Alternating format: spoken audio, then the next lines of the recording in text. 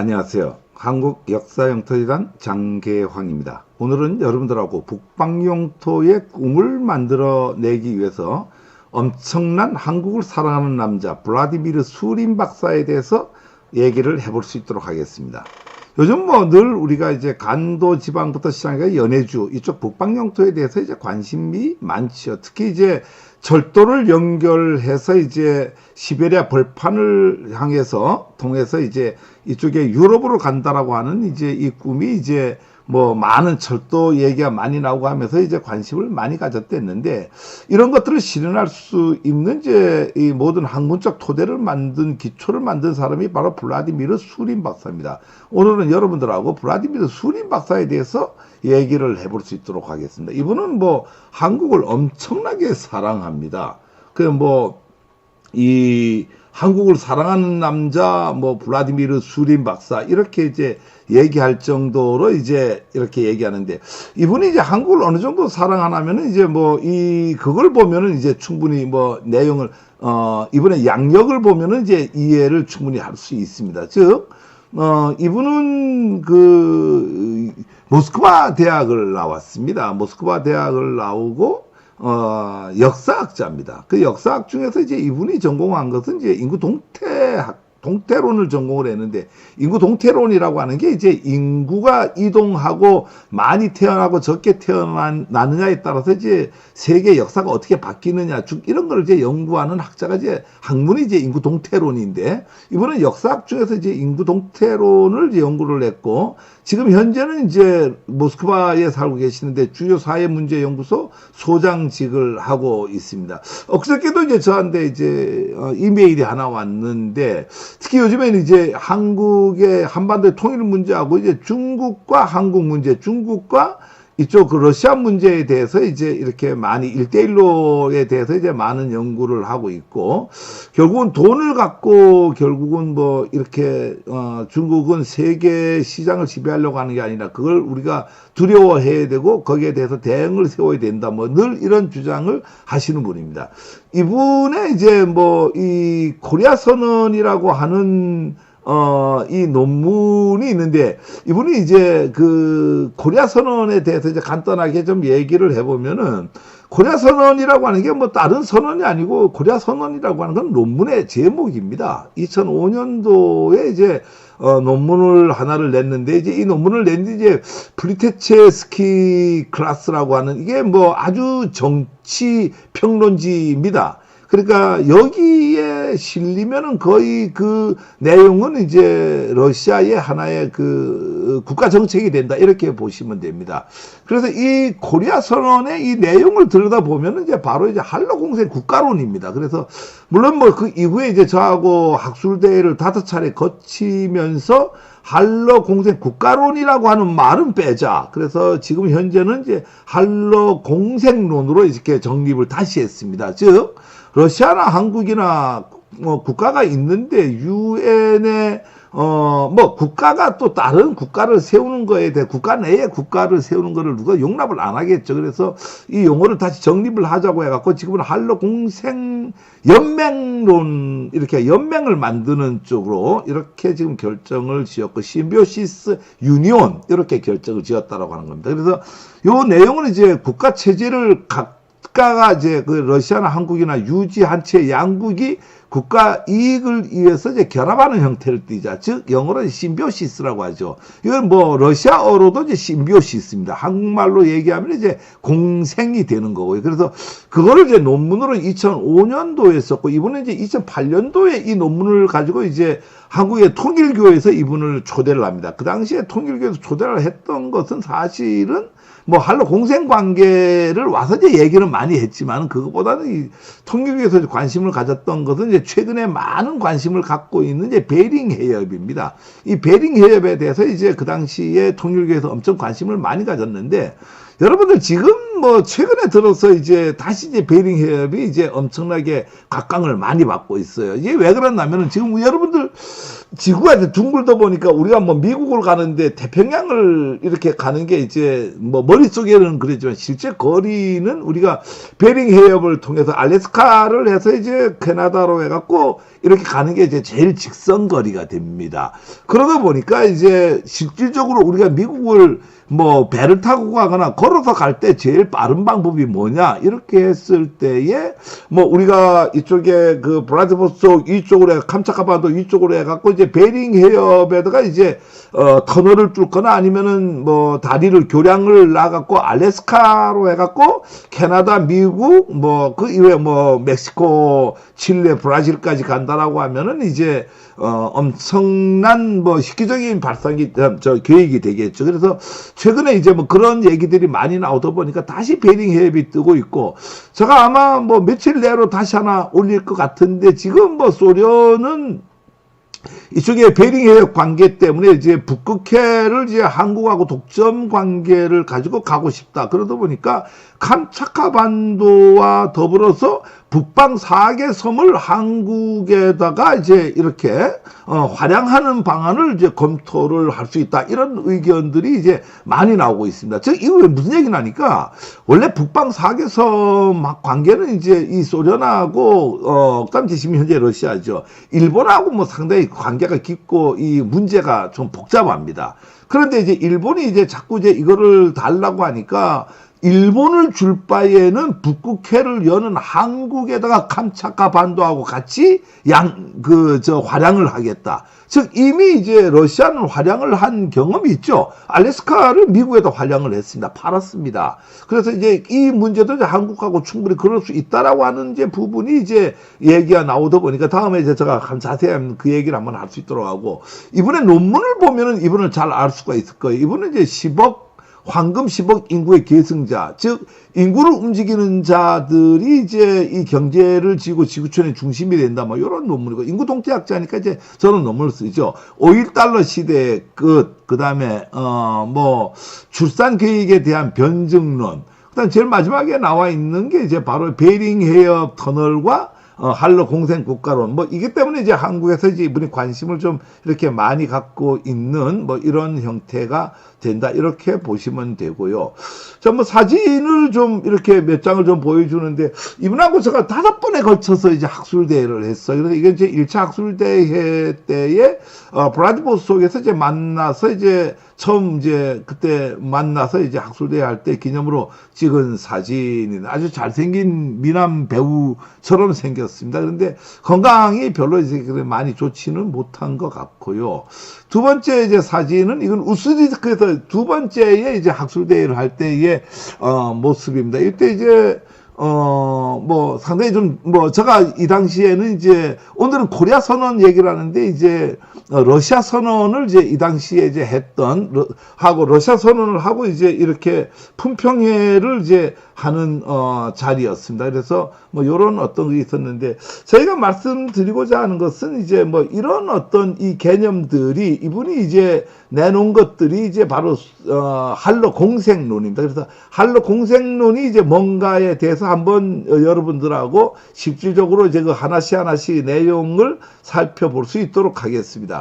한러 공생론이 이제 이 공생론이 공생하게 된 배경이 뭐냐면은 이제 러시아의 인구 구조 문제하고 유럽 편중 현상입니다.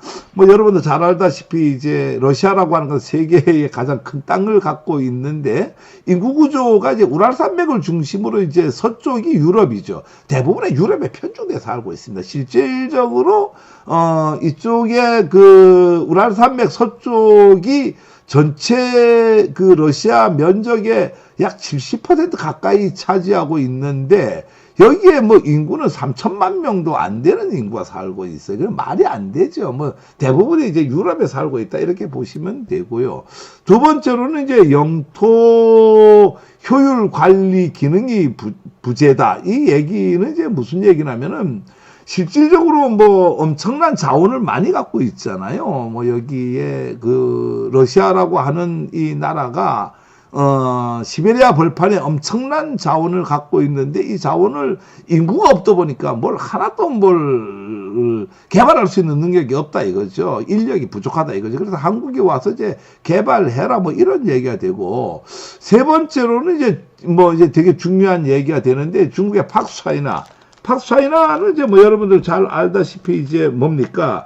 그 1대1로를 통해서 이제 이 경제 패권주의에서 패권을 갖고 가겠다라고 하는 게 팍스차이나 정책인데, 중국의 인구가 워낙 많다 보니까 이 인구가 어떻게 되죠? 이쪽에 그 아무르강만 넘으면은 이제 바로 이제 이 러시아의 이제 동쪽이다라고 하는 거예요. 그러다 보니까 지금 현재도 우스리스크 같은 경우는 이미 뭐 중국 경제가 자본력이 들어와서 장악을 다 하고 있다, 이렇게 해도 과언이 아닙니다. 그럼에도 불구하고 러시아는 뭐 인구가 없다 보니까 뭐 방법이 없어요. 그러다 보니까 어떤 중국 팍스차이나 정책, 즉 어떤 중국이 갖는 제국주의 정책에 따른 위기감이 상당히 큽니다. 그래서 이쪽을 지켜야 된다. 그럼 어떻게 지키느냐? 이게 바로 한러 공생을 통해서 지켜야 된다. 뭐 이런 어떤 얘기들이고요. 그 이외에도 이제 자원 개발 인력이 부족하다. 한국에 와서 자본과 인력이 들어와서 하면 된다. 뭐 이런 얘기.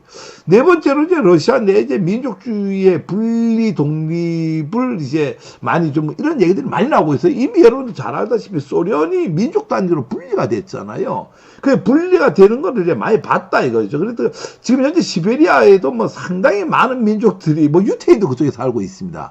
살고 있다 보니 그 지도자들은 늘 그 민족 자체가 이제 분리 독립하는 꿈을 꾸게 되죠. 뭐 그게 실현 가능성이 있다 없다라고 하는 부분은 뭐 두 번째 문제고, 그런 꿈을 꿀 수 있다라고 하는 부분이 겁나는 거죠. 자, 제 좌측에 이제 지도를 보십시오.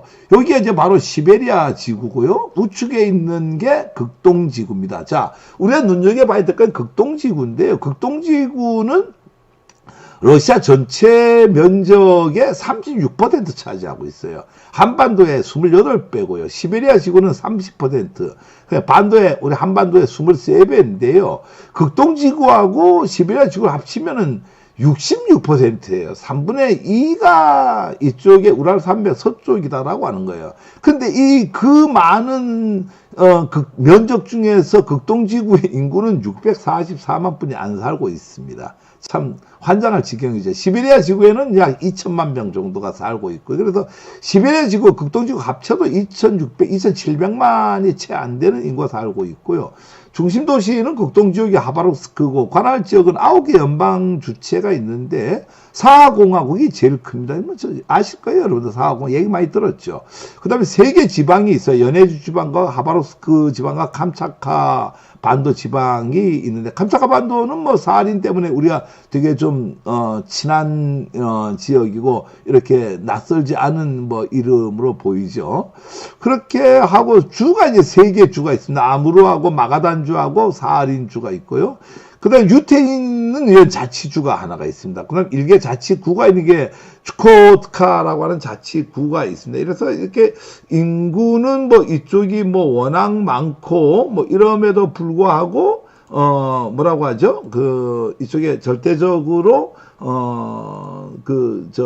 인구가 없다 보니까, 면적이 그런 넓은데도 불구하고 인구가 없다 보니까 늘 이렇게 자원 개발도 안 되고, 문제가 생기고,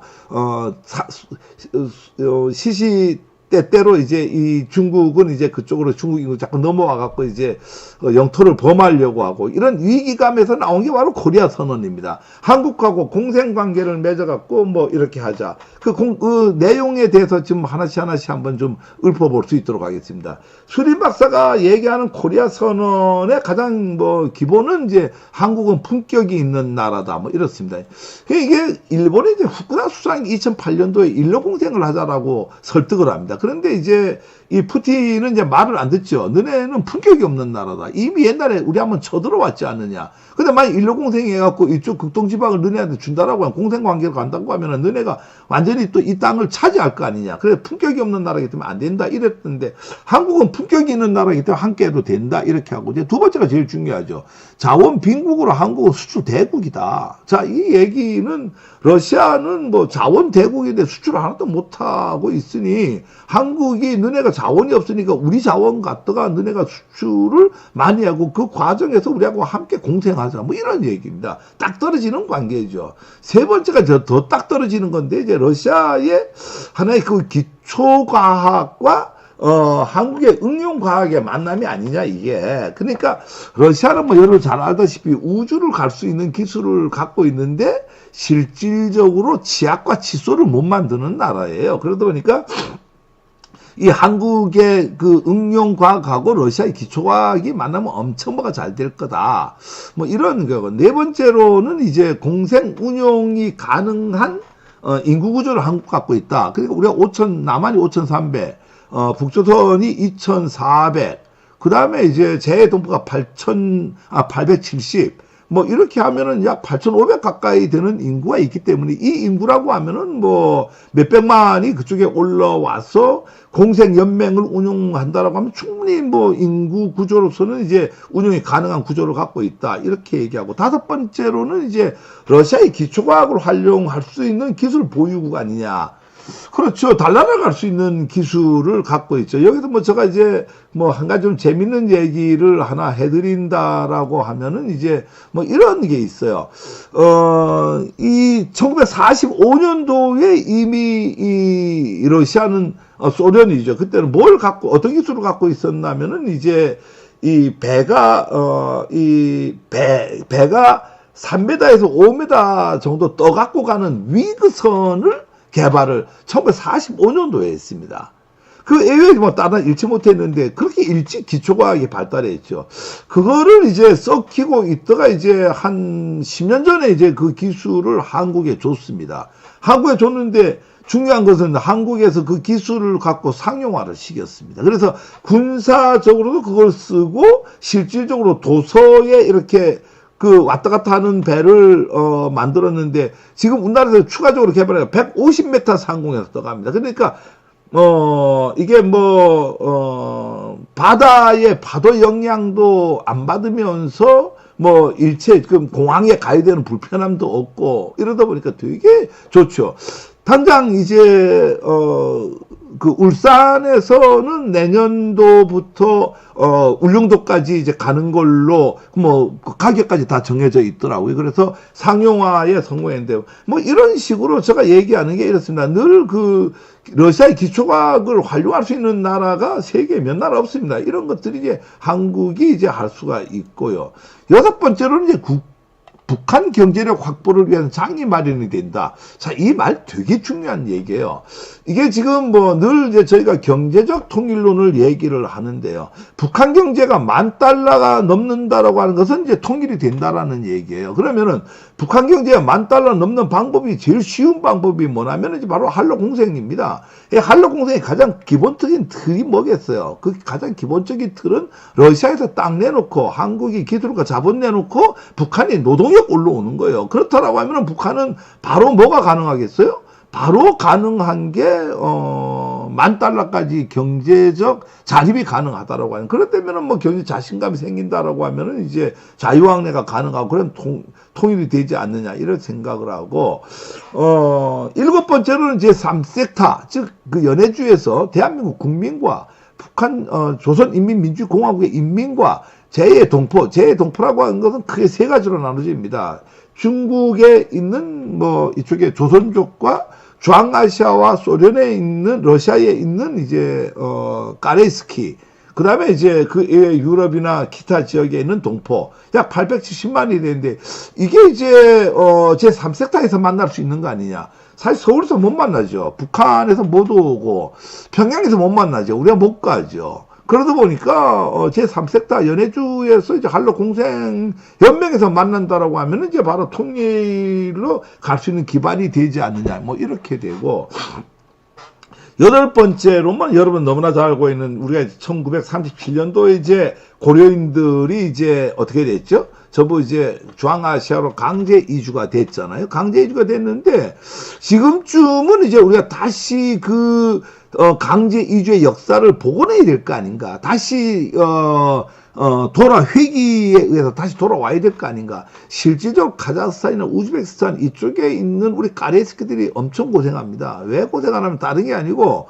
우리가 이제 구소련이 붕괴가 되면서 이제 민족주의적으로 이제 다 그 국가가 만들어졌는데, 뭐 결론적으로 얘기하면은 거기도 뭡니까? 각 나라도 다 민족주의인데 이게 까레스키 고려인들이 들어가니까 섞이지를 못합니다. 그래서 이게 구소련이 해체가 되면서 까레스키들이 되게 갈 곳이 없어갖고 지금 이제 한국에 많이 들어와 있어요. 많이 들어와갖고 지금 뭐 안산에 가면은 이제 고려인 마을이 있고, 호남 지방에 이제 광주에 가도 고려인 마을이 있고, 인천에도 이제 고려인 마을들이 이렇게 많이 있는데 이분들이 갈 곳이 없기 때문에 그렇다 이렇게 보고요. 그 다음에 이제 이 아홉 번째로는 이제 안보 식량하고 에너지 확보. 우리가 남북이 통일이 된다고 하더라도요, 중요한 것은 이제 통일이 된다고 하더라도 주적 개념은 이제 일본과 중국이 계속 남아 있게 됩니다. 그래 됐을 때에 전쟁 기간 동안에 이제 에너지 어떻게 할 것인가, 전쟁 기간 동안에 식량 어떻게 할 것인가, 이런 쪽에서 본다고 하면은 이제 하나의 연해주라고 하는 곳에서 이제 경제적 영토를 갖다 놓는다라고 하는 것은 엄청 중요한 부분이다. 이렇게 되고, 열 번째로 이제 자원 대국으로서 경제 체질을 이제 변화시킬 수 있는 그런 계기가 되지 않았느냐. 뭐 이렇게 이제 저는 봅니다. 그래서 뭐 이런 것들이 이제 우리 한국이 이제 러시아에 진출을 하고, 러시아에서 한국하고 공생 관계를 한다면서도 얻어지는 이제 공생에 따른 이제 윈윈할 수 있는 어떤 그 시너지 효과가 이렇게 나타나지 않느냐. 이게 바로 이제 수림 박사가 아까 얘기했던 코리아 선언이라는 걸 통해서 한러 공생론을 주장을 하고, 그게 이제 논문에 나왔던 내용이 바로 뭐 이런 내용입니다. 그래서 이제 요 부분을 한번 제가 학술대회를 했던 것들을 사진을 몇 장 보여주고 마칠까 합니다. 여기에 이제 블라디보스톡에서 한러 공생국을 위한 국제 학술대회가 이제 바로 2018년도에 4월 2일하고 4월 6일 사이에 이제 블라디보스톡에서 이제 진행을 했던 사진이고요. 이 사진은 이제 광주에서 한러 공생을 위한 이제 경제적 통일론과 대한 국토의 정세에 대해서 이제 노태우 박사가 이 당시에 좌장을 보고 이제 수림 박사하고 저가 이제 발제를 하고 뭐 이렇게 해갖고 이제 진행을 했던 사진들이고요. 마지막 사진은 이제 대한민국 국회 대강당에서 이제 문정희 박사가 이제 좌장을 보고 수림 박사하고 이제 저가 이제 여기에 대해서 이제 발제를 이렇게 하면서 토론회를 마쳤는데, 이런 어떤 코리아 선언이라고 하는 것은 위대한 학설입니다. 그래서 러시아는 나름대로 이제 인구가 모자라 갖고 이제 버려진 땅이죠. 현재 거의 통제를 못하고 있는 이 땅을 한국하고 공생관계를 갖고 가서 이제 그 땅을 지켜내고, 한국은 그 땅에 진출하면서 남북 통일의 기초를 마련하고 경제 부흥의 하나의 초석이 되지 않나, 뭐 이런 측면에서 이제 이런 학설을 주장한 분이 바로 블라디미르 수림 박사입니다. 그래서 이 블라디미르 수림 박사에 대해서 여러분 기억을 하시고 한번 이렇게 고민을 잘 해본다라고 하면 우리의 북방 영토에 대한 꿈을 희망을 만들어 나갈 수 있지 않나, 이렇게 생각합니다. 시청해 주셔서 감사합니다.